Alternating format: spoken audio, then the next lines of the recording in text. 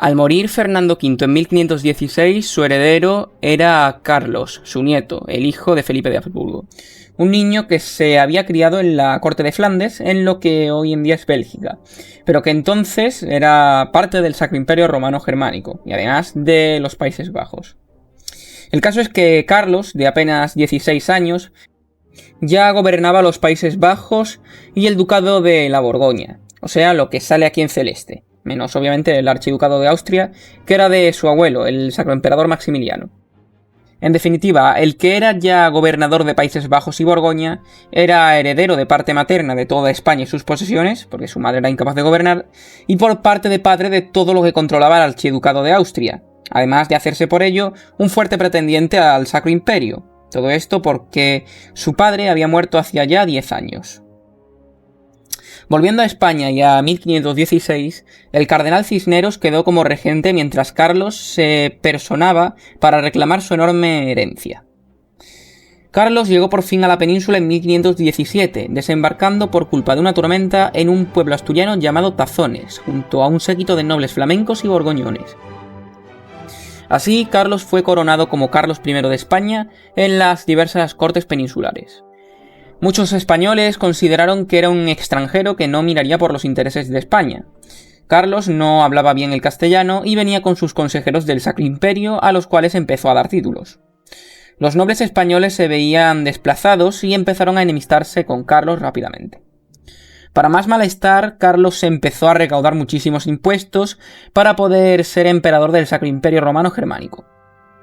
Su abuelo había muerto en 1519, dejándole en herencia también el Archiducado de Austria y dejando el trono imperial vacío.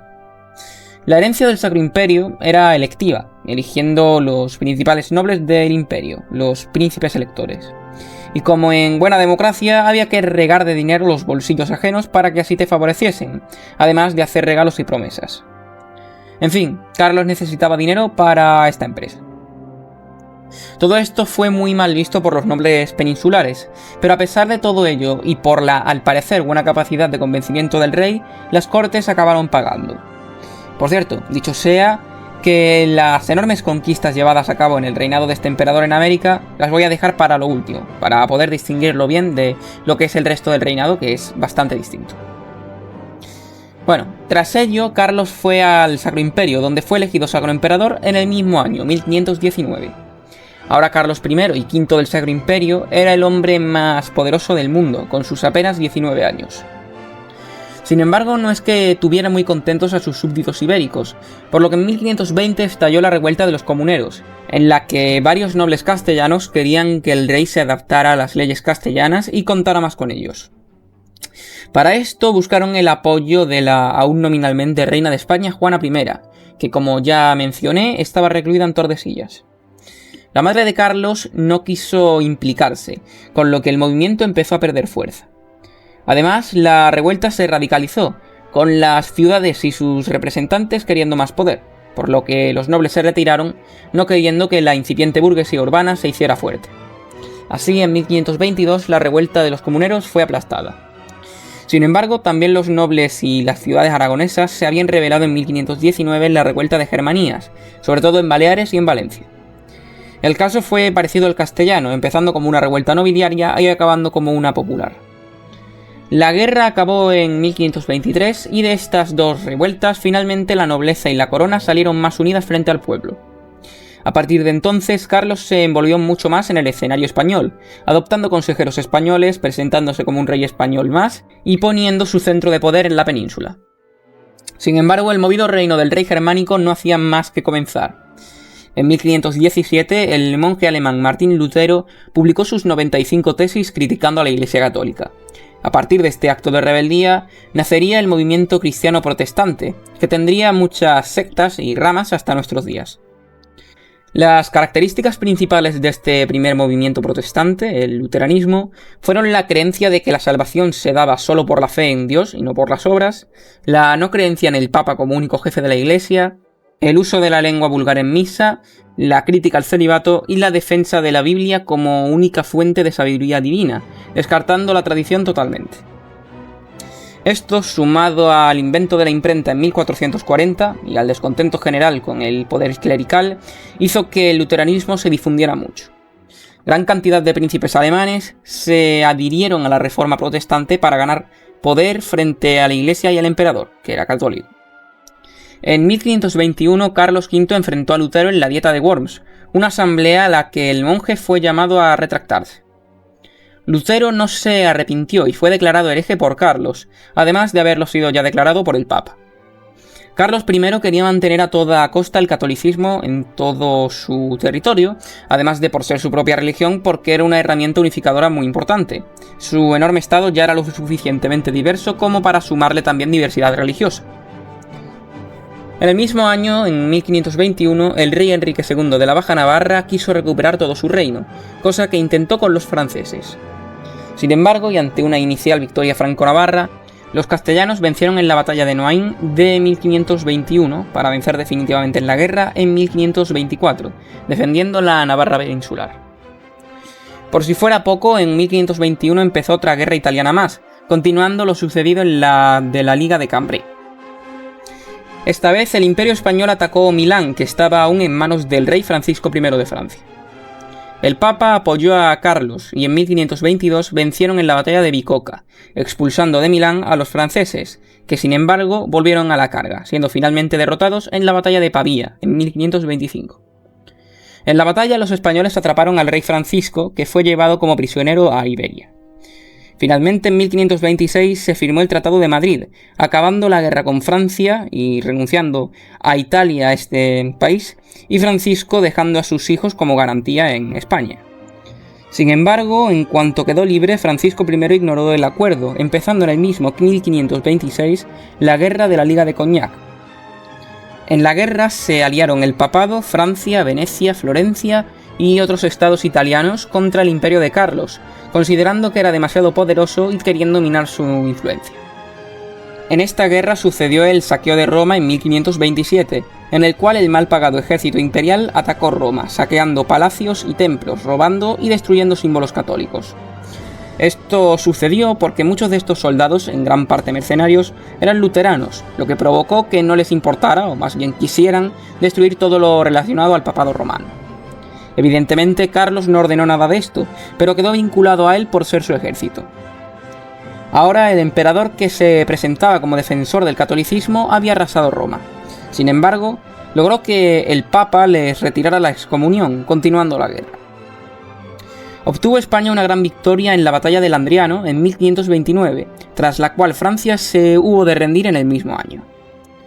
Siguiendo la paz de Cambrai, los hijos de Francisco fueron liberados, y Francia volvió a renunciar a sus pretensiones en Italia.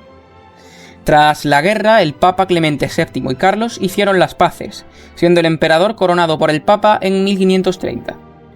El emperador se había casado en 1526 con Isabel de Portugal, con la cual tendrá en 1527 a Felipe, el heredero de Carlos. También tuvo Carlos algunos hijos ilegítimos que serán trascendentes en el siguiente reinado, y también en general siguió la política matrimonial de los reyes católicos y también de los Habsburgo. Siguiendo con la historia militar, las guerras italianas cambiaron las estrategias para siempre. Se hicieron más importantes la infantería, la artillería y los arcabuces. Todo esto lo había ya introducido el Gran Capitán y sus tácticas las adoptó el emperador Carlos, creando los tercios, una unidad de infantería. Los primeros de esta unidad fueron los de Nápoles, Sicilia y Lombardía. El tercio se dividía en compañías y combinaba distintos tipos de soldados, desde piqueros y también arcabuceros hasta rodeleros.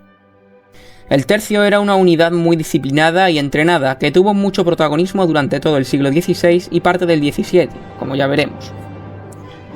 En 1529 el Imperio Otomano, que se había expandido por todos los Balcanes, atacó Viena, la capital de Austria.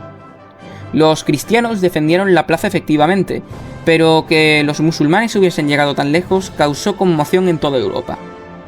Los cristianos habían dejado expandirse las huestes turcas con su inacción, y ahora les tocaba pagar por ello. En 1532 los otomanos volvieron a atacar el Sacro Imperio, pero por suerte no lograron avanzar. Sin embargo, poco después empezó a saquear el famoso pirata Barbarroja, un almirante otomano que se dedicaba a saquear el Mediterráneo cristiano, dificultando el comercio y la conexión entre distintos puertos de la zona. En 1535 Carlos decidió atacar este corsario haciendo una campaña contra Túnez, ya que esta plaza estaba bajo la influencia del pirata. La campaña fue un éxito. El defensor del catolicismo dio un duro golpe al Islam, conquistando Túnez y liberando muchos prisioneros cristianos. Sin embargo, Barbarroja pudo escapar y el Mediterráneo siguió siendo un mar de piratas musulmanes, con su foco en Argel. Destaca el asedio de Barbarroja a Mahón en 1535, en el que esclavizó a gran número de habitantes y saqueó la ciudad. En esta época hubo muchísimos saqueos en todas las costas europeas y muchas guerras entre cristianos y turcomanos. En 1541, Carlos intentó tomar Argel como había hecho con Túnez para acabar con los piratas por fin. En la campaña participaron grandes nombres como el Duque de Alba, Andrea Doria y Hernán Cortés, del que ya hablaremos, pero esta salió muy mal, teniendo que retirarse las tropas. Volviendo a Italia, en 1536, Francisco I quiso recuperar Milán una vez más, esta vez porque el duque de Milán había muerto, quedando el trono libre, con lo que Carlos lo incorporó al imperio. En esta guerra, Francia usó la estrategia de la tierra quemada, retrocediendo mientras arrasaba su propio territorio para diezmar las provisiones enemigas. La paz llegó en 1538, con España manteniendo Milán y Francia conquistando Saboya. En 1539 murió Isabel de Portugal, con lo que Carlos empezó a preparar mucho más a su primogénito Felipe para que le pudiera hacer de regente mientras estaba en otra parte del enorme imperio. En 1542 estalló otra guerra italiana más, y otra vez por el inagotable Francisco I. En este caso, el rey francés, totalmente desesperado y a mi juicio algo enloquecido, se alió con el sultanato otomano. Sí, fue algo insólito, el rey católico de Francia se alió con el incipiente poder musulmán que tenía el Mediterráneo y toda Europa en una tensión constante. Por ello, el rey Enrique VIII se alió con Carlos I y atacó Francia desde el norte. Se acabó firmando el Tratado de Crepy en 1544, con España victorioso una vez más, pero esta vez sin ningún cambio territorial. Mientras Carlos I estaba aliado asistiendo a los problemas del sur de Europa, en el corazón del viejo continente se había hecho fortísimo el movimiento protestante, y por eso en 1545 empezó el Concilio de Trento, una asamblea católica en la que se gestó la Contrarreforma, una reacción católica a la Reforma protestante. El concilio se alargó hasta 1563, después de la muerte de Carlos I, así que es de suponer todo lo que se trató en él. En general, se reafirmó la doctrina católica y se impuso una disciplina más radical. Mientras los católicos creaban la Contrarreforma, los príncipes protestantes se organizaron en la Liga de Esmalcalda, una alianza de señores luteranos contra el catolicismo y contra el emperador si trataba de volverlos a hacer católicos. Los temores de los príncipes alemanes se acabaron confirmando, y es que en 1546 empezó la Guerra de Esmalcalda, en la que Carlos V atacó a los protestantes. Carlos supo aprovechar las divisiones entre los príncipes y contó con el Duque de Alba, uno de los mejores generales de la historia. La batalla clave de esta guerra fue la batalla de Mühlberg, en 1547, en la cual Carlos derrotó a la Liga Protestante. Tras el fin de la guerra, Carlos intentó establecer la paz religiosa, sin embargo no le salió bien. Los protestantes se aliaron ahora con Enrique II de Francia, el sucesor de Francisco I. A cambio del apoyo militar, Francia recibiría Metz, Toul y Verdún. Todo esto está a su vez dentro de la última guerra italiana, la de 1551, en la cual Francia no solo se alió con los protestantes, sino también con los otomanos y con el Papa. Sí, sé que suena un poco raro, ¿no? Los máximos exponentes de las tres religiones distintas y Francia contra el imperio de Carlos. En fin, Francia logró ocupar las tres ciudades anteriormente mencionadas en 1552. Tras esto, la guerra en Italia se enquistó y en 1555 se firma la Paz de Augsburgo, en la cual se legaliza la división religiosa en el Sacro Imperio. Ahora cada príncipe podía elegir la religión de su territorio. Carlos se vio muy derrotado por esto, había pasado toda su vida intentando la unidad religiosa de su imperio, pero tuvo que aguantar que fuerzas extranjeras le impusieran que aceptara el cisma. Así acabó el conflicto alemán, pero el italiano siguió, y siguió otros 3 años después de su reinado con el sucesor de Carlos, o sea, Felipe II. Ahora y antes de acabar con el reinado de Carlos, hablemos bastante, porque es bastante largo lo que voy a comentar, sobre las conquistas y descubrimientos dados en el Nuevo Mundo bajo el reinado del mismo, de Carlos V. De lo primero que hay que hablar en el comienzo del reinado de Carlos es sobre los rumores de los que se enteró Diego Velázquez, el gobernador de Cuba, sobre un gran imperio en tierra firme. Esto era el Imperio Azteca. Por ello envió en 1517 una expedición dirigida por Francisco Hernández de Córdoba, en la cual exploraron Yucatán y entraron en contacto con los indígenas de la zona, que parecían más civilizados que los de las Antillas por tener edificios de piedra e ir vestidos. Estos indígenas eran mayas, y a pesar de las apariencias empezaron a atacar a los españoles por sorpresa. Sin embargo, estos lograron huir. Tras esto siguieron explorando algunos puntos de Yucatán. Esta vez fueron llevados a un poblado por los indígenas. Estos los llevaron a un templo donde había restos de sangre. Y entonces los españoles se dieron cuenta de la gran verdad que ahora tratan de ocultar los mexicanos, que reclaman fervientemente sus raíces indígenas a pesar de que se llaman Juan o Santiago, hablen castellano y le recen a la Virgen María. Y es que estas tribus hacían sacrificios humanos, y lo que querían era sacrificar a Francisco y a sus hombres. Entonces los españoles volvieron a huir a sus barcos, siguiendo el tortuoso viaje en el cual de hecho poco después Hernández de Córdoba fue herido por flechas indígenas y se volvió a Cuba, muriendo allí por las heridas. Entonces Diego Velázquez hizo otra expedición de la mano de Juan de Grijalva en 1518. Esta vez lograron sobrepasar Yucatán y entrar en el Golfo de México, donde se relacionaron e intercambiaron regalos con los mayas, que les hablaron del Imperio Azteca, un imperio más dentro del continente que tenía mucho oro. Por ello continuaron su expedición, llegando hasta la actual Veracruz, donde presenciaron aún más sacrificios y cuerpos desmembrados. Después siguieron un poco más al norte, pero al no encontrar ningún paso a las Indias, se volvieron. En 1519, Álvarez de Pineda terminó de explorar el Caribe y el Golfo de México, navegando por Florida, Alabama, Mississippi, Luisiana y Texas, confirmando que no había ningún paso a las Indias. El siguiente gran paso que se dio en la exploración de América fue, precisamente, la ansiada llegada a las Indias. Esta hazaña la cometieron los marineros Fernando de Magallanes y Juan Sebastián Elcano. El primero era un portugués que ya había estado en las Indias al servicio de Portugal y que intentó convencer al rey portugués de buscar una ruta a las Indias por el oeste, pero al no conseguirlo hizo como había hecho Colón, se lo ofreció al emperador Carlos, que aceptó financiar la expedición.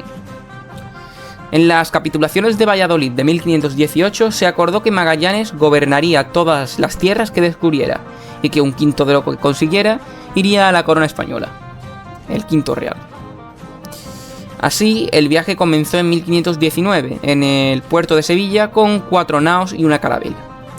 Algunos de los marineros más conocidos que llevó Magallanes fueron Juan de Cartagena y Juan Sebastián Elcano, un vasco que había participado en algunas operaciones en Italia y en Argel. Tras partir, pasaron por Canarias y Cabo Verde, para después cruzar el Atlántico y llegar al actual Brasil, donde hicieron intercambios con los tupíes. De ahí navegaron al sur y encontraron un gran paso que, sin embargo, era un río, el Río de la Plata. Después llegaron a la Patagonia, donde algunos marineros se amotinaron creyendo que el paso no existía y queriendo volver. Sin embargo, Magallanes aplastó el motín con mano dura, ejecutando a los rebeldes principales. Uno de los amotinados fue Elcano, cuya vida le fue perdonada por ser demasiado esencial para la expedición. Siguiendo el viaje al sur, uno de los barcos se estrelló y destruyó, y otro de ellos se dio media vuelta. El día 29 de octubre de 1520 divisaron un estrecho que unía el Océano Atlántico con el Pacífico. Ahora este estrecho se le llama Estrecho de Magallanes por el descubridor, y este era el paso que el explorador buscaba a las Indias. Atravesar este estrecho fue muy complicado por lo escarpado del terreno, pero acabaron pasando al Océano Pacífico, cuyo nombre también le dio Magallanes por la calma de sus aguas. Avanzando por el océano no encontraron nada en 3 meses, con lo que la tripulación fue empezando a morir de hambre y de escorbuto. Sin embargo, tras esos meses fueron encontrando pequeñas islas casi desérticas, donde no había casi nada de interés. Sin embargo, a principios de 1521 llegaron a la isla de Guam, donde los nativos les robaron, pero sin embargo los marineros los asustaron con armas de fuego y tras eso pudieron intercambiar objetos. Tras Guam, Magallanes llegó a las Islas Filipinas, donde exploraron varias islas. Entonces, Magallanes conoció al Rayá Humabón, un cacique local de la isla de Cebú, que hizo una buena amistad con el portugués. Humabón y su familia se bautizaron, y después le dijo a Magallanes que lo defendiera de su cacique rival Lapu-Lapu, de la isla de Mactán. Magallanes accedió y atacó a Lapu-Lapu, que tenía un gran ejército. En la batalla de Mactán murieron muchos españoles por el gran número de indígenas y el mismo Magallanes de hecho murió en la lucha. Entonces los españoles se retiraron y volvieron a Cebú, donde se eligió nuevo líder a Eduarte Barbosa. Poco después, Humabón invitó a los españoles a un banquete. Este banquete resultó ser una trampa donde el rayá asesinó a Barbosa y otros españoles. Los marineros que quedaban huyeron, y eran tan pocos que les sobraba una nave, con lo cual quemaron la misma y siguieron el viaje, ahora con Juan López de Carvalho a la cabeza.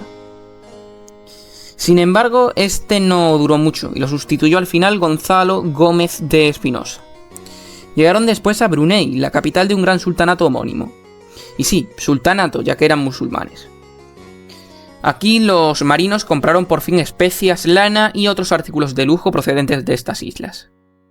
Por fin habían encontrado la ruta a las Indias, y poco después llegaron a las Islas Molucas, donde consiguieron clavo. Por fin queriendo volver a España, una de las naves se perdió en una tormenta, nave en la que iba el capitán Espinosa.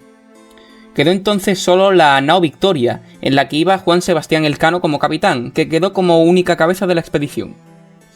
Lograron abandonar las Indias no sin problemas y conflictos con el sultanato de Brunei, y acabaron llegando a África, al Cabo de Buena Esperanza. De ahí pasaron a Cabo Verde, donde se suponía que no podían atracar según el Tratado de Tordesillas, pero al estar sin comida lo ignoraron y atracaron. Por suerte pudieron salir sin males mayores con comida. Y finalmente el 6 de septiembre de 1522 llegaron los 18 supervivientes restantes de los más de 200 iniciales a Sanlúcar de Barrameda.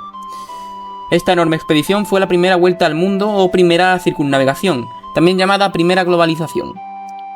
Elcano murió 4 años después en otra expedición en las Molucas, pero su gran hazaña ya estaba hecha, siendo el primero junto a sus marineros en dar la vuelta al mundo. Ahora hablemos un poco de cómo se organizaban los territorios conquistados en América y de la leyenda negra sobre el oro y demás tonterías inventadas por los enemigos de España. Sobre el trato a los indígenas, las autoridades españolas se comprometían siempre a evangelizar, a dar educación, a pagar y a proteger a los indígenas a cambio de que estos trabajaran en trabajos tales como el cultivo y la extracción de oro y plata. De lo ganado en estos trabajos, un tercio iba al mismo trabajador, otro tercio para el gobierno colonial, el cual se invertía en nuevas construcciones tales como iglesias, universidades, casas y hospitales, y el último tercio iba a la corona, que lo utilizaba en su mayoría para financiar las numerosas guerras de las que ya hemos hablado. Pasando al mestizaje, aunque sí es cierto que en principio se evitó, en 1514 Fernando el Católico lo legalizó por resultar contraproducente no hacerlo, y es que la gran mayoría de colonos eran hombres, por lo que se empezó a crear una nueva identidad mestiza en las colonias. Sin embargo, esto no quita que el mestizaje se siguiera viendo mal y que muchos primeros mestizos fueran hijos bastardos. Por eso, en estos primeros años, esa identidad mestiza, que he mencionado, no era tanto racial y genética como cultural, ya que los indios empezaron a adoptar absolutamente todas las costumbres españolas, además de relacionarse también con los criollos, y también con los colonos españoles que habían llegado desde la península ibérica.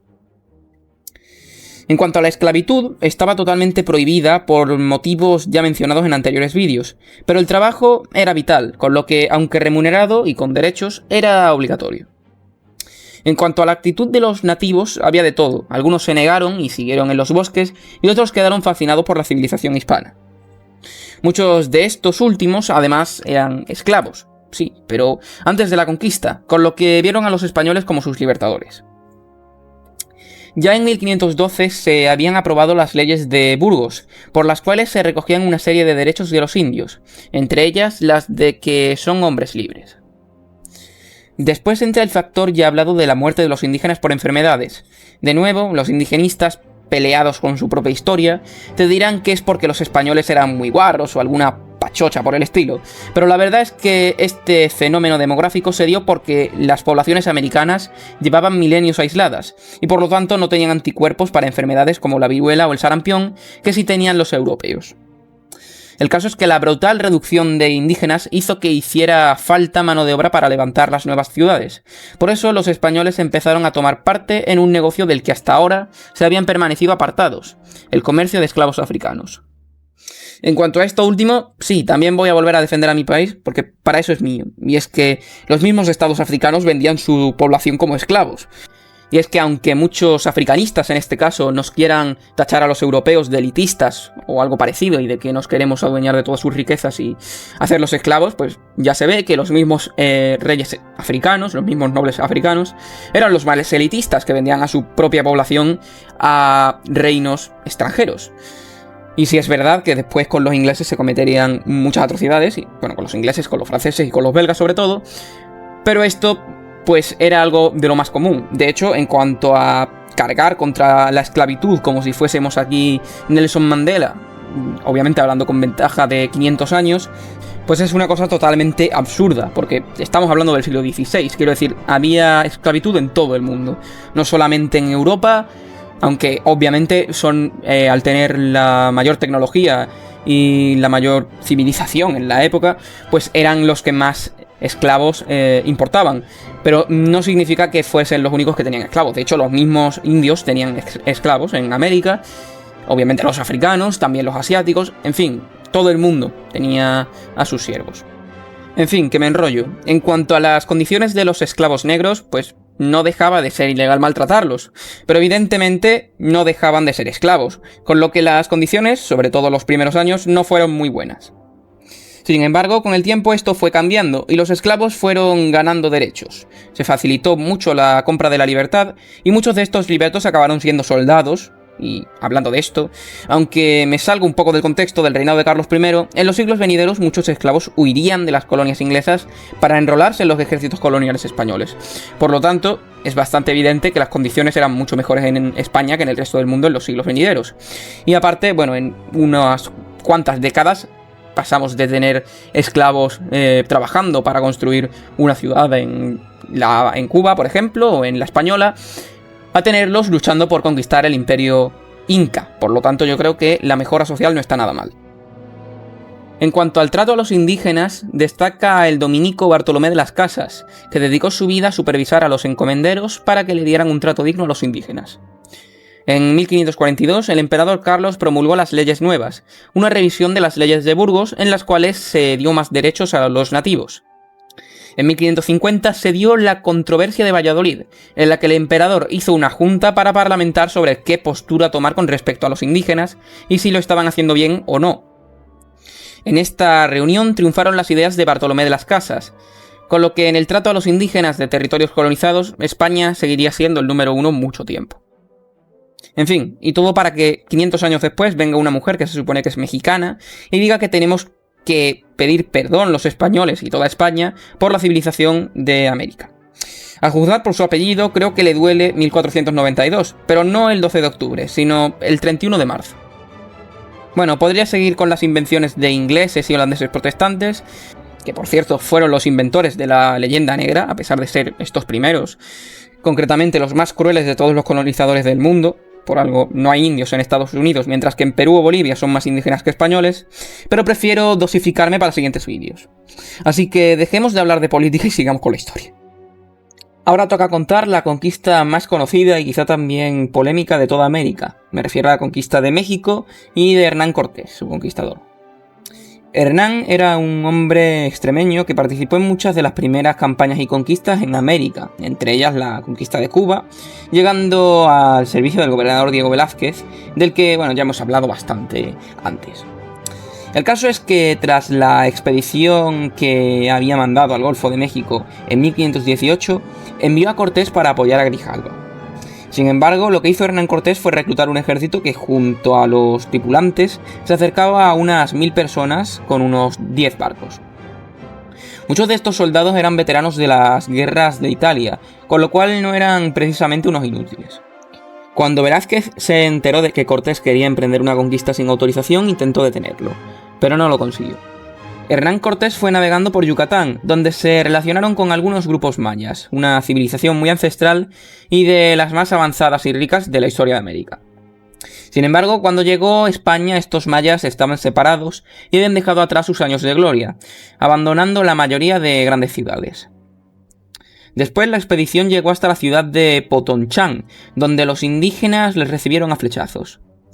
Entonces Cortés atacó la ciudad, pero llegaron aún más mayas de la zona, con lo que la lucha no iba a ser fácil. Así se dio la batalla de Centla de 1519, en la que los mayas, que eran muchísimos más, fueron derrotados. Parece ser que muchos mayas se asustaron por el sonido de los arcabuces, y por eso acabó siendo una victoria relativamente fácil para los españoles. De todas formas, estas batallas de cantidad contra calidad militarmente hablando van a ser una constante por obvias razones durante la conquista. Ya lo veremos. El caso es que el cacique de la ciudad se rindió, y entonces envió, entre otras cosas, como obsequio algunas mujeres. Una de ellas era Malinchín, conocida como la Malinche, y a la cual los españoles bautizaron como Marina. Marina era mexica y era una esclava que hablaba náhuatl, su lengua natal, además de también maya por estar ahí como esclava, y ahora también español. Malinche se convirtió en traductora y amante de Hernán Cortés, e incluso acabaron teniendo un hijo muchos años después. Tras la batalla, los españoles fundaron la villa de Santa María de la Victoria, la primera ciudad europea de México que, sin embargo, ya no existe. Después de esto, Cortés y los suyos fueron al norte, donde el conquistador habló con dos caciques locales y les contó que quería conocer al tal Moctezuma II, del que había oído hablar a los mayas. Moctezuma era el emperador del Imperio Azteca, cuya capital, Tenochtitlan, hoy es Ciudad de México. Los caciques fueron a contárselo a Moctezuma, el cual envió presentes de oro para que los españoles los cogieran y se fueran. Sin embargo, esto hizo a los españoles darse cuenta de la riqueza del Imperio Azteca, con lo que quisieron ir con más ganas aún. Estos aztecas o mexicas eran el mayor imperio y más avanzado de América, con perdón obviamente de los incas, de los que ya hablaremos. El caso es que con esta información confirmada, Cortés fue algo más al norte y fundó Villarrica de la Veracruz, o sea la actual Veracruz. Usó la ciudad como campamento principal, y al poco tiempo llegó un cacique totonaca, otra nación aparte de aztecas y mayas, a pedirle ayuda. El cacique les contó que los mexicas les habían oprimido, hecho vasallos y obligado a aceptar los dioses aztecas. Por si no fuera poco, le contó que los aztecas se dedicaban a secuestrar niños toltecas y a llevarlos para sacrificarlos en Tenochtitlán, sacándoles el corazón en vida. Y sí, estos aztecas eran los más avanzados de América. El caso es que Cortés se alió con estos totonacas que aceptaron ser conquistados por España y ser bautizados. Después empezaron los primeros ataques mexicas, pero fueron totalmente inútiles por el motivo ya mencionado. Nunca habían visto un arma de fuego y quedaban aterrados por ellas. Desde este momento, el ambicioso Hernán Cortés quiso conquistar todo el Imperio Azteca, pero no tenía autorización ni colonial ni central. Por eso algunos marineros se amotinaron, pero tuvieron el mismo final que la mayoría de los amotinados en estas expediciones de esta época. Fueron colgados. Entonces Cortés se dio cuenta de que si ya se estaban empezando a rebelar, no iba a quedar ninguno al final de la conquista, porque les iba a costar sangre, sudor y lágrimas conquistar un imperio tan grande como el azteca. Por eso usó la antigua técnica de destruir todas sus naves para evitar la deserción. De esta forma, en 1519, Cortés, sus hombres y un gran grupo de indígenas, que eran la mayoría del ejército, comenzaron su marcha al interior del continente. La primera parada fue en Tlaxcala, la tierra de los tlaxcaltecas. Estos tenían una guerra abierta con los mexicas y también llevaban décadas aguantando las campañas en busca de prisioneros para sacrificar masivamente de los aztecas. Evidentemente, dicho sea de paso, el resto de pueblos no eran santos, tenían costumbres iguales o incluso peores, pero los aztecas simplemente tenían mucho poder y el poder suficiente para genocidar a todos sus vecinos para que lloviera, en fin. La cosa es que los tlaxcaltecas se sumaron también a la expedición de Cortés, aportando unos 3000 soldados. Así como el que no quiere la cosa, Cortés estaba reuniendo a todos los enemigos de los aztecas para acabar con el imperio. A todo este ejército, Cortés les prohibió sacrificar personas y comer carne humana, por cierto. Siguiendo el camino, Cortés llegó a Cholula, una ciudad aliada de los aztecas y que era la segunda en importancia de Mesoamérica. La ciudad acogió a los españoles, pero estos se dieron cuenta de que les querían hacer una emboscada. Por eso Cortés atacó primero, sucediendo la llamada Matanza de Cholula, en la cual murieron más de 5000 cholultecas, sobre todo a manos de los tlaxcaltecas, que estaban muy enemistados con estos.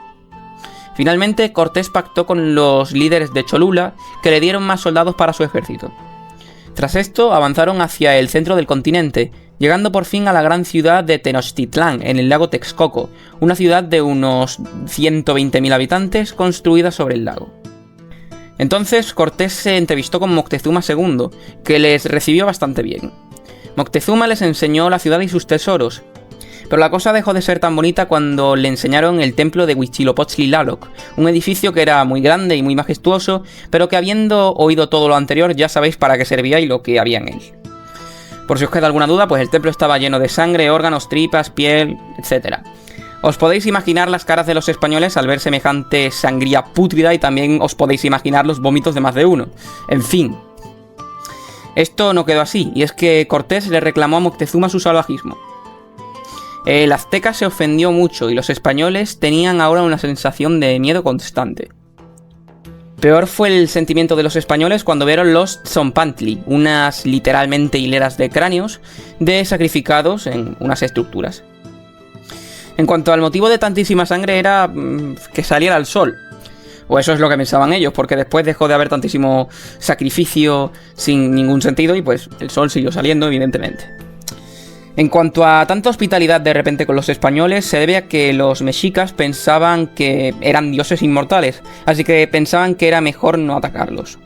Sin embargo, después sucedió la batalla de Nautla en Veracruz, donde los aztecas atacaron a un grupo de totonacas.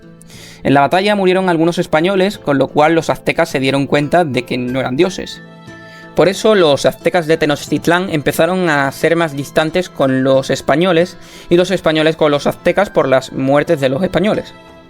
Hernán Cortés tomó entonces como rehén a Moctezuma, que acabó confesando que el ataque había sido ordenado por él.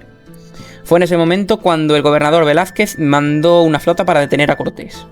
Esta flota iba comandada por Pánfilo de Narváez, y debido a su llegada Hernán tuvo que irse de Tenochtitlán para solucionar el problema. Hernán logró atrapar a Narváez en una emboscada y convenció a sus tropas de unirse a su conquista. Mientras tanto, en Tenochtitlán, donde Cortés había dejado a gran parte de su ejército, los aztecas empezaron una de sus celebraciones y empezaron a hacer sacrificios humanos. La situación estaba al límite, la relación entre españoles y aztecas era muy tensa, y Pedro de Alvarado, el hombre que Cortés había dejado al mando, atacó a los mexicas pensando que les iban a tender una emboscada y a sacrificarlos. Así ocurrió la matanza del Templo Mayor en 1520, una matanza de nobles aztecas perpetrada por Alvarado y sus hombres contra los nobles mexicas que parecieran sospechosos de atacarles. Este gran altercado fue el detonante para una guerra que ya se olía entre aztecas y españoles, obviamente con españoles refiriéndose también a todos los indígenas reclutados, que eran la mayoría del ejército. Alvarado y sus tropas se refugiaron en el palacio, y unos días después regresó Cortés, que había ampliado el número de soldados de su ejército. Entonces Cortés le echó en cara a Alvarado sus actos y pidió a Moctezuma que calmara la situación. Cuitláhuac, el hermano del rey, habló con el líder de los rebeldes, Cuauhtémoc, y el primero se acabó uniendo a los rebeldes. Hernán Cortés empezó a querer escapar de la situación como fuera, y Moctezuma trataba de calmar a su población hablando desde el balcón del palacio. Sin embargo, la población no se dejó convencer y le empezaron a arrojar piedras, una de las cuales dio a Moctezuma en la cabeza, matándolo. Tras esto fue elegido el ya mencionado hermano del emperador Moctezuma II, Cuitláhuac. Con él las cosas cambiaron, los rebeldes empezaron a asediar el palacio y la noche del 30 de junio de 1520 el ejército de Cortés huyó del palacio. Sin embargo, los aztecas los descubrieron y les atacaron. En esta noche murieron muchos soldados de Cortés y otros muchos fueron capturados para después ser sacrificados. Murieron unos 600 españoles y 1000 tlaxcaltecas, escapando solo un tercio del ejército, entre ellos obviamente Cortés, Malinche y Pedro de Alvarado. A esta noche se la conoce como la Noche Triste. Tras esto, los españoles huyeron hasta Otumba, donde se intentaron reorganizar contra los mexicas, que los seguían de cerca. Aquí ocurrió la batalla de Otumba, donde 1500 soldados de Cortés se enfrentaron a unos 20.000 aztecas. Sin embargo, en esta gran batalla, Cortés utilizó estrategias europeas que los aztecas desconocían, y por eso logró vencer a todos matando al general y haciendo que los mexicas se retiraran. Tras esto, las huestes malheridas de Cortés se retiraron a Tlaxcala para rehacerse definitivamente. Se aliaron con más pueblos indígenas contra los aztecas, y llegaron refuerzos por mar, con lo cual los aztecas temían la vuelta del extremeño. Por eso ofrecieron la paz a los tlaxcaltecas a cambio de que traicionaran a España, pero estos se negaron. En el tiempo que estuvieron los españoles en Tlaxcala, el número de indígenas aliados creció de manera exponencial, llegando a ser unos 50.000, por lo menos, de 2.000 españoles. Y además, los españoles trajeron un arma mucho más letal que los arcabuces, que pronto hizo estragos en Tenochtitlán, la viruela. El mismo emperador Cuitláhuac murió de esta enfermedad, y Cuauhtémoc fue nombrado nuevo gobernante. Sumado a esto, Cortés construyó barcos en Texcoco con los restos de los barcos en los que habían venido, y así quiso atacar navalmente la ciudad. Finalmente, y tras un asedio de 75 días, el 13 de agosto de 1521, Hernán Cortés consiguió tomar Tenochtitlán.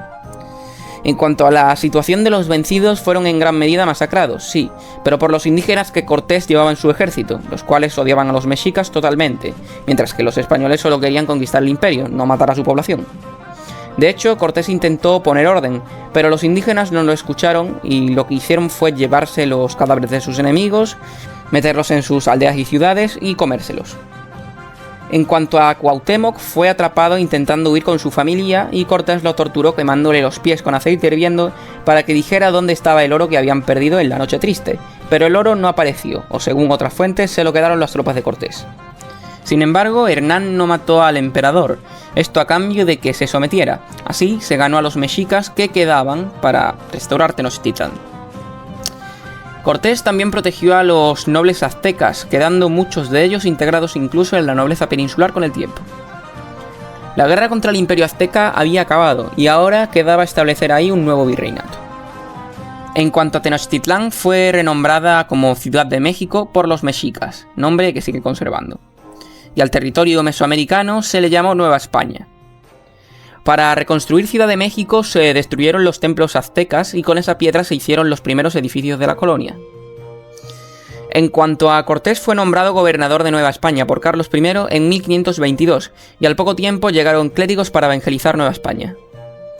Sobre los pueblos que ayudaron a Cortés, tuvieron muchos privilegios y quedaron libres bajo protección española. Después, Cortés comenzó a repartir señoríos a encomendederos, tanto indígenas como españoles, y se introdujo el trigo, las vacas, los cerdos, los caballos, etc. Esto evidentemente porque en América no había ninguna de estas.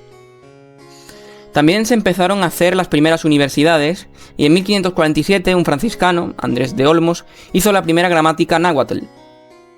En cuanto a conquistas en la zona, seguía existiendo el imperio de los purépechas de Michoacán, que sin embargo se rindió a la corona española voluntariamente, quedando con bastante autonomía.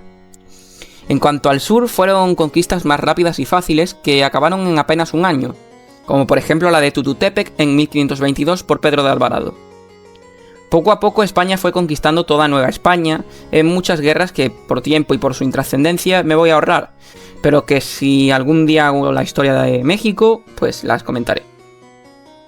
En fin, los conquistadores se siguieron expandiendo al norte, pero frenaron al llegar al Río Grande de Santiago por la aridez de la región y la hostilidad de las tribus de la zona, los chichimecas.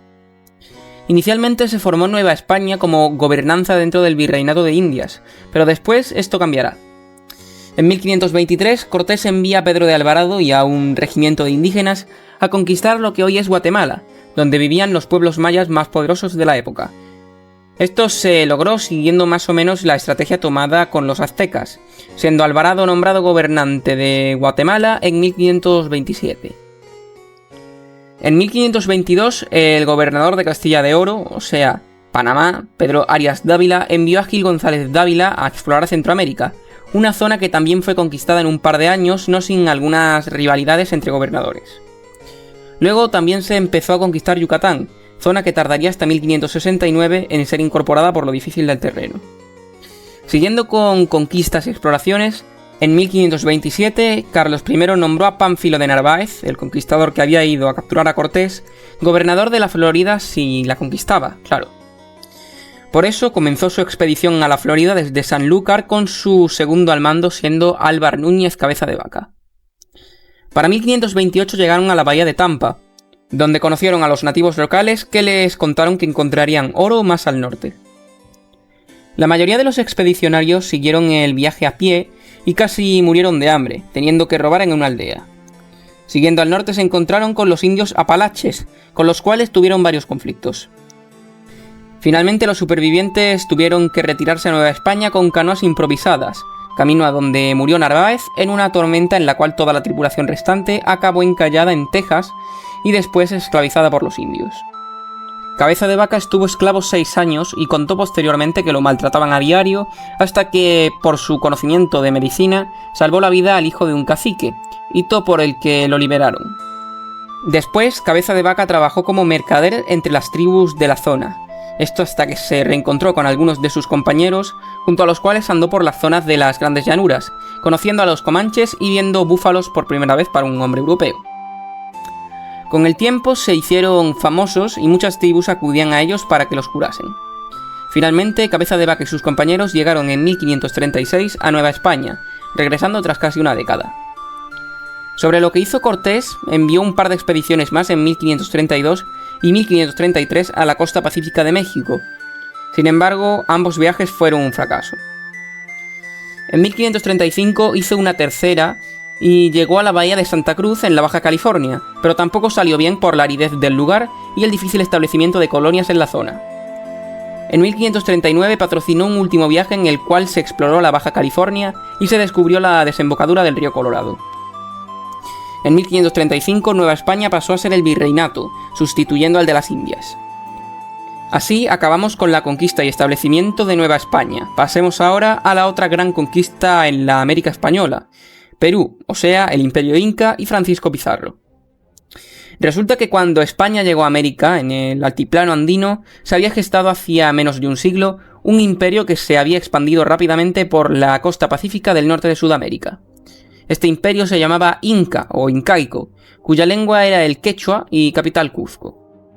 Para cuando empezó la conquista del Nuevo Mundo, los incas estaban en pleno auge y expansión. Sin embargo, hubo un hombre, Francisco Pizarro, que conseguirá doblegar a este gran estado. El caso es que Pizarro estuvo en las primeras conquistas de América, y en una de ellas, en la cual estaba también el conquistador Núñez de Balboa, los indígenas les contaron que al sur había un gran imperio muy rico. La sede de operaciones para esta conquista fue Panamá, fundada por Pedro Arias Dávila en 1519.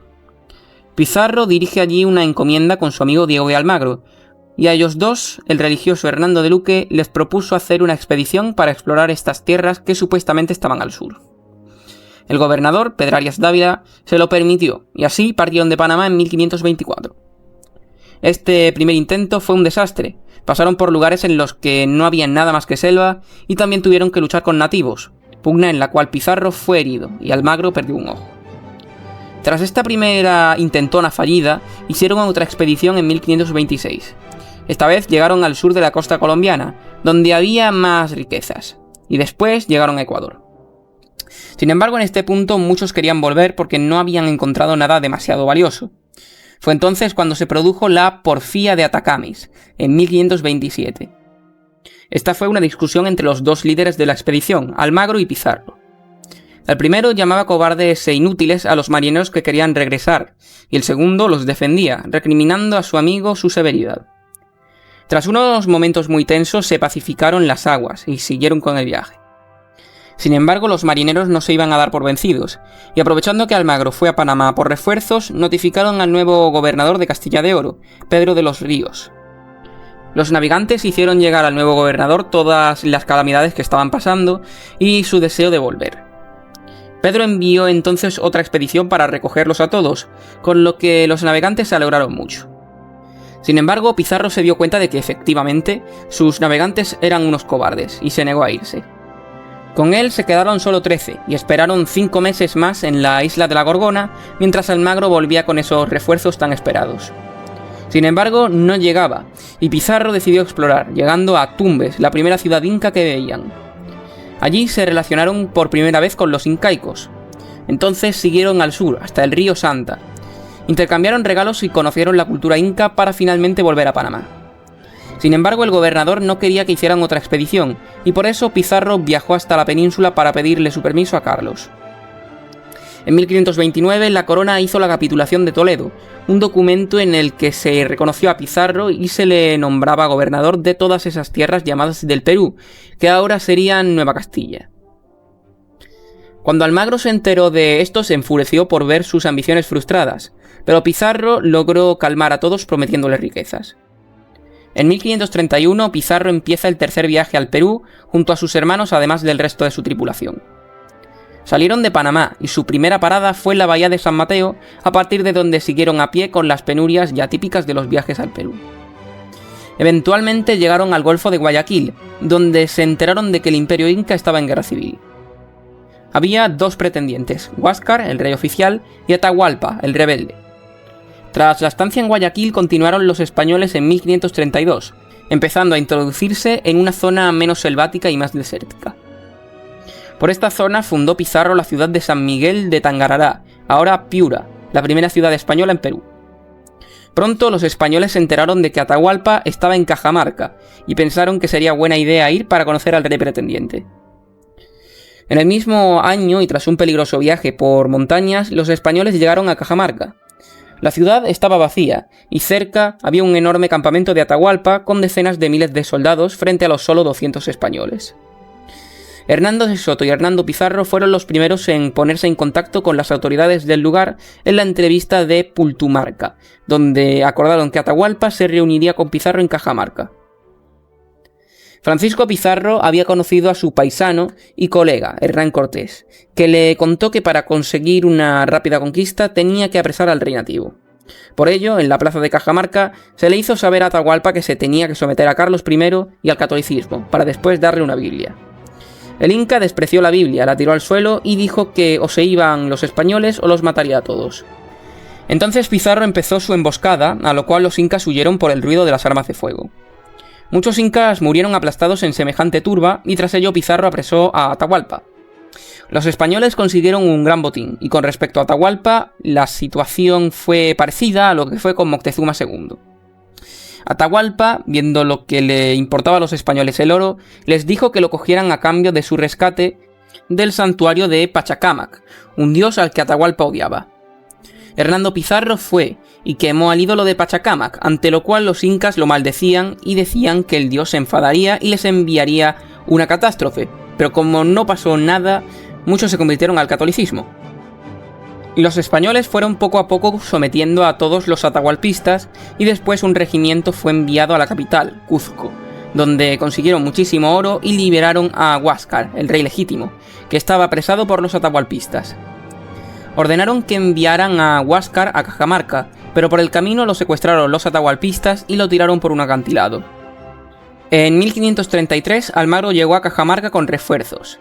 Y, por cierto, Hernando de Luque, el mencionado tercer socio, se había quedado en Panamá y murió poco después. Almagro y Francisco Pizarro querían entonces ejecutar a Atahualpa y conquistar el sur rápidamente, pero Hernando de Soto y Hernando Pizarro habían ido cogiendo cariño al emperador inca y no lo querían ejecutar. Estando los dos líderes de la expedición de acuerdo, mandaron a los dos no partidarios de la ejecución de Atahualpa a otras tareas, y mientras hicieron un juicio al Inca en el que le acusaron de poligamia, fratricidio, esto por haber participado en la muerte de su hermano, tiranía, herejía, etc.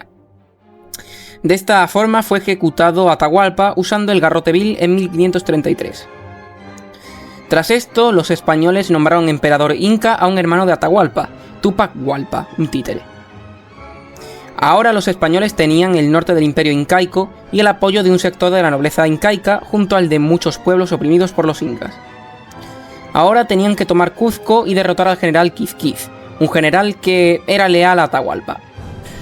En el viaje a Cuzco, algunos pueblos más se unieron a Pizarro, y al llegar a Jauja, los habitantes les contaron a los españoles dónde estaban las tropas incas, ya que los veían como libertadores.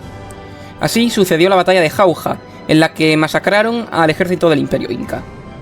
También en esta ciudad murió el títere Túpac Hualpa, y le sucedió Manco Inca, otro hermano suyo que llegó con nuevas tropas para apoyar a Pizarro. Con todo esto, Pizarro decidió atacar Cuzco, donde se enfrentó a Quizquiz y lo venció en la batalla de Anta, tras lo cual Pizarro y Manco Inca entraron en Cuzco, con los españoles quedándose el oro que quedaba. Desde ahí Pizarro atacó el campamento de Quizquiz y salieron victoriosos en la batalla de Capi de 1533 y también en la segunda batalla de Jauja de 1534. El general tuvo entonces que huir y para 1534 se empezaron a organizar las encomiendas y Cuzco empezó a funcionar como ciudad española. Mientras, Hernando de Soto siguió a Quizquiz y lo derrotó definitivamente. Entonces Almagro fundó Trujillo y Sebastián de Benalcázar, un soldado de Pizarro, fue a conquistar Quito, hazaña que consiguió. En cuanto a Quizquiz, fue asesinado por un noble inca y después siguió habiendo algunos rebeldes incaicos que irían siendo sometidos. Ahora hablemos de Pizarro como gobernador del Perú. Lo primero que hizo fue establecer la capital en la costera Lima, donde aún hoy en día se mantiene. Después empezaron las primeras disputas por las gobernanzas, y es que según lo establecido por la corona de España, Nueva Castilla era para Pizarro y Nueva Toledo para Almagro, pero Cuzco se encontraba justo en la frontera, con lo cual ambos se la querían. Sin embargo, Pizarro convenció a Almagro de que más al sur habría más riquezas y ciudades tan grandes como Cuzco, y que todas esas serían para él. Por ello, en 1535, Almagro se aventuró a explorar la actual Chile y Bolivia. En los Andes muchos murieron de frío, y después se tuvieron que enfrentar a los mapuches. Al darse cuenta de que no había riqueza, los indígenas eran hostiles y el clima horrible, Almagro y los suyos se volvieron. Mientras, Manco Inca se había rebelado y había huido, con lo que reorganizó a los rebeldes incas. En 1536 empezó a asediar Cuzco y al mismo tiempo envió un general a Lima. Este segundo asedio salió estrepitosamente mal para los incas, aunque en Cuzco los incas estaban ganando. Los españoles estaban rodeados y acabaron perdiendo.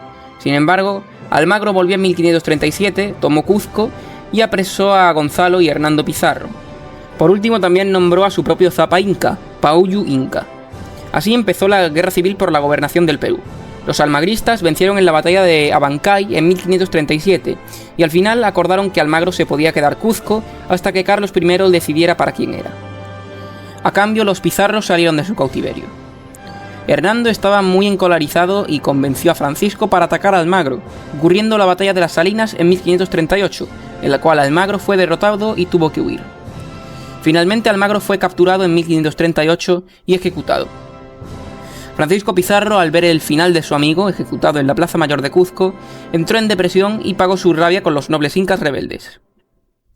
Tras ello, Pizarro recuperó la cordura y se convirtió en uno de los hombres más ricos de España. Los almagristas sufrieron una gran represión y quedaron empobrecidos, y por eso muchos quisieron venganza. Finalmente, un grupo de almagristas asesinó a Pizarro en 1541. En cuanto a Manco Inca, por cierto, acabó haciendo el imperio neoinca en 1537, esto como último reducto del imperio en el exilio. Después siguieron las guerras civiles y los conflictos entre almagristas y pizarristas, hasta que en 1542 el emperador Carlos creó el virreinato del Perú. Ahora el virrey lo elegiría el emperador y se acabó. Ya no habría el sistema tan desleal anterior de gobernaciones. El primer virrey del Perú fue Blasco Núñez Vela, y ese mismo año entraron en vigor las leyes nuevas, con las que desaparecieron las encomiendas y una vez más se protegía a los nativos. Pasemos ahora a la zona de Colombia, y es que en 1533 fue fundada la famosa Cartagena de Indias, y en 1537 Gonzalo Jiménez de Quesada llegó a la sabana de Bogotá, donde entró en contacto con la Confederación Muisca. En 1538 fundó la homónima ciudad de Bogotá, la actual capital de Colombia, lo que los muiscas vieron como una ofensa. Sin embargo, Quesada logró someterlos y fundó la gobernación de Nueva Granada. Ahora, sobre Venezuela, hay una historia bastante curiosa, y es que en 1529 la gobernación de Venezuela fue concedida al alemán Ambrosio de Alfinger, ya que el emperador Carlos se había endeudado con él y su familia, unos banqueros. Sobre este Alfinger no me voy a extender mucho, pero cabe destacar que fue uno de los exploradores que buscaron la legendaria ciudad del Dorado, una supuesta ciudad de oro entera que debía estar en el Amazonas y que sin embargo nunca apareció a pesar de que la buscaron los conquistadores por activa y por pasiva. La siguiente gran exploración fue la de Francisco de Orellana, un pizarrista que en 1541 empezó a explorar el Amazonas junto a Gonzalo Pizarro desde Quito. Atravesaron la selva y navegaron el río, cuyo nombre se lo dio Orellana. Esta expedición fue un verdadero infierno, y tras muchos peligros en 1542 llegaron hasta la desembocadura del Amazonas para, tras pedir permiso a la corona, tratar de establecerse. Sin embargo, él y sus hombres acabaron muriendo a manos de los indios caribes en 1546. Es turno de volver ahora a Norteamérica, y es que tras la expedición de Cabeza de Vaca, este empezó a contar que los indios le habían contado que al norte había ciudades muy ricas. Antonio de Mendoza, el virrey de Nueva España, empezó entonces a preparar una expedición para encontrar algunas de estas ciudades.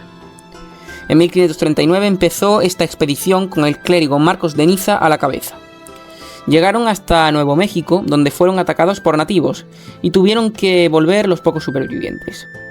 De Niza dijo que había llegado a ver una ciudad de oro a lo lejos, y entonces el virrey organizó otra expedición al mando de Francisco Vázquez de Coronado. En 1540, esta vez, atravesaron Arizona y llegaron hasta el supuesto lugar de Cíbola, la gran ciudad de oro que había visto el clérigo. Sin embargo, allí no había nada, y Coronado se enfadó mucho con De Niza. De Niza fue enviado de vuelta a casa, y aparte de esto, siguieron un poco más la expedición. En la zona no parecía haber nada de interés más allá de los paisajes, y es que el segundo al mando, García López de Cárdenas, fue hacia el norte y descubrió el Gran Cañón del Colorado.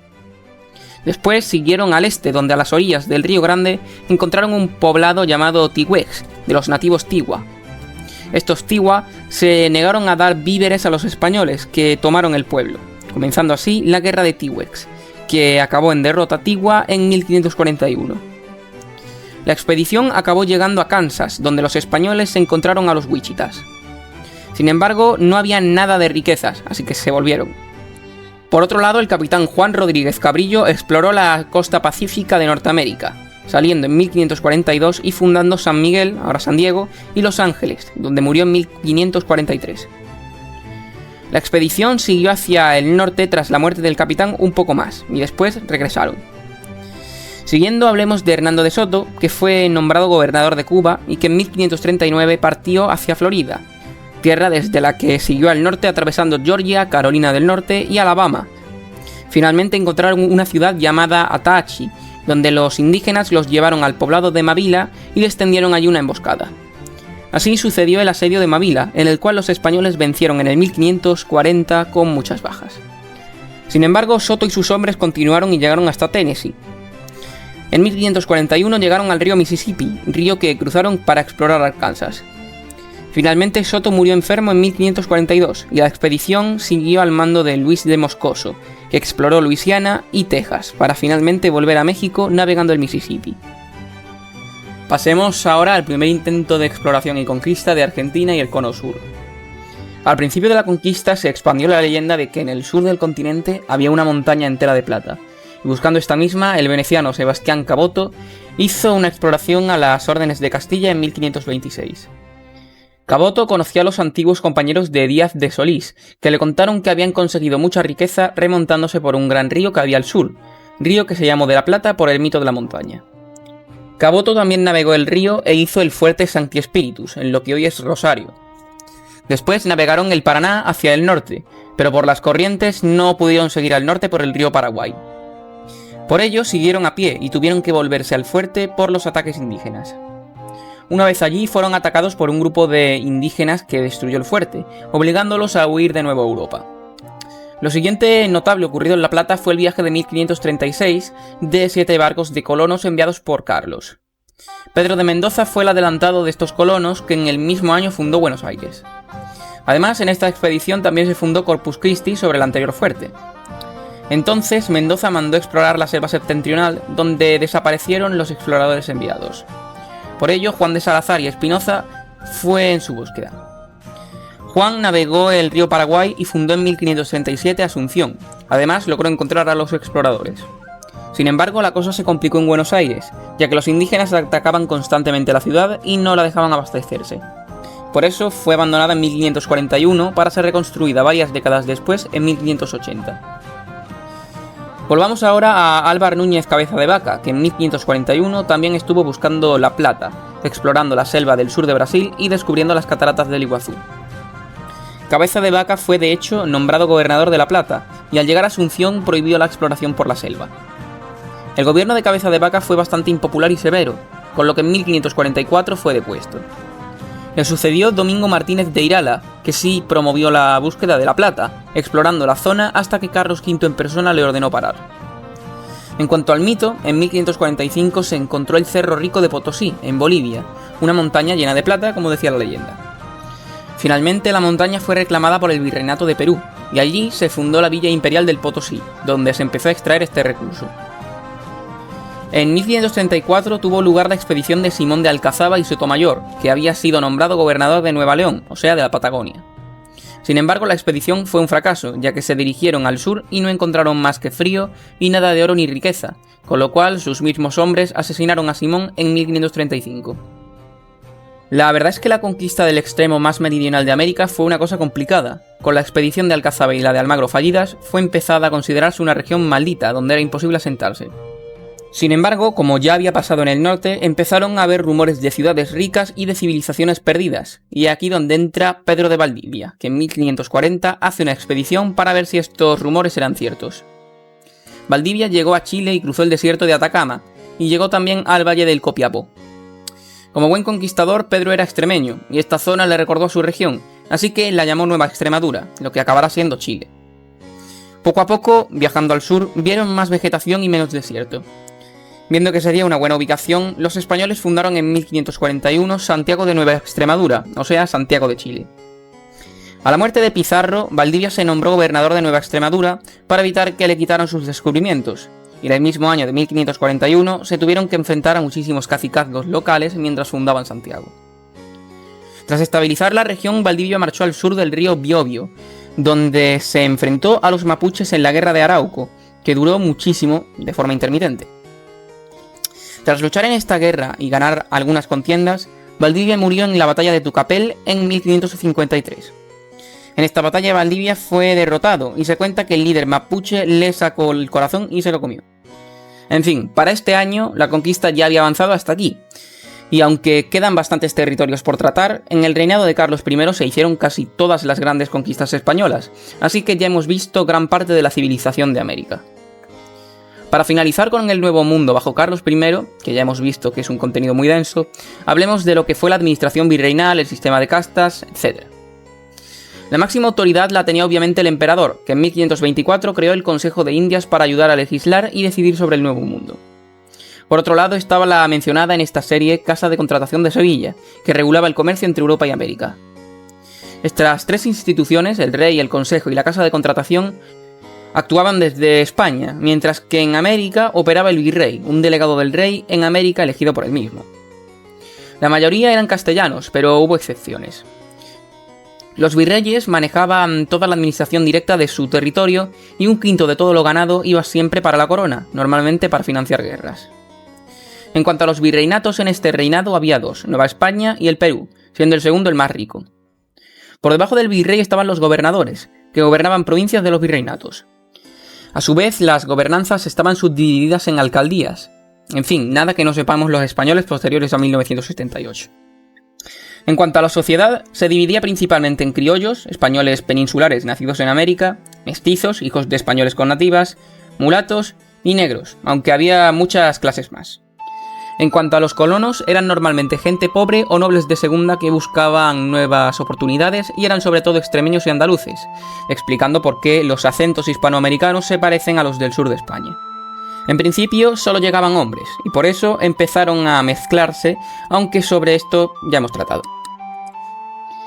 Los indígenas tenían derecho a seguir viviendo con sus costumbres y en sus sociedades propias en las repúblicas de indios, dirigidas por caciques títeres de España y con la única condición de la conversión total al catolicismo, la educación y la enseñanza del castellano y la enseñanza también de la lengua tribal propia.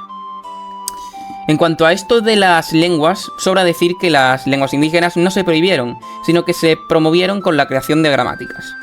La de náhuatl se creó en 1547, la del quechua en 1560 y después se crearon del guaraní, totonaca, zapoteca, purépecha, etc. No me voy a extender más sobre los virreinatos durante toda la serie, además de lo esencial, ya que toda esa información corresponde más a una serie sobre los países actuales de América que sobre España. Todos los territorios virreinales eran territorio español de facto, pero como el objetivo de la serie es llegar a la España actual como país y no como identidad hispana, trataré de no extenderme tanto sobre América en los siguientes vídeos. Ahora acabemos con el reinado de Carlos. Y es que finalmente en 1556 Carlos abdicó. Ya estaba hastiado de tantos años en un reinado tan movido, por así decirlo. Y es normal, Carlos ya no estaba muy bien de salud y había tenido una vida muy estresante con una ingente cantidad de guerras. Además, consideraba que Felipe, su heredero, ya estaba preparado para gobernar. A su muerte, Carlos fue benévolo con el joven Felipe y dividió el imperio, o mejor dicho, le dio un imperio a cada uno de sus hijos. El mismo Carlos había experimentado durante décadas lo que provocaba la administración de un territorio tan vasto. Logró mantenerlo unido hasta su muerte, pero claro, a costa de su salud e integridad. Por esto, a su hijo Felipe II le dejó el Imperio Español con todos los territorios americanos, además de lo que tenía antes de que su abuelo Maximiliano muriera. Todo esto sumado a Milán. Y a su hermano Fernando le dio todo lo que había heredado del emperador Maximiliano, siendo también elegido posteriormente sacro emperador. En lo que se refiere a los últimos días de Carlos, los pasó en el monasterio de Yuste, en Extremadura. Allí vivió tranquilo y sin el estrés de la gobernanza. En fin, creo que el emperador ya se lo merecía. Acabó muriendo en 1558 de malaria, dejando atrás probablemente el reinado más glorioso de la historia de España, de Europa y del mundo.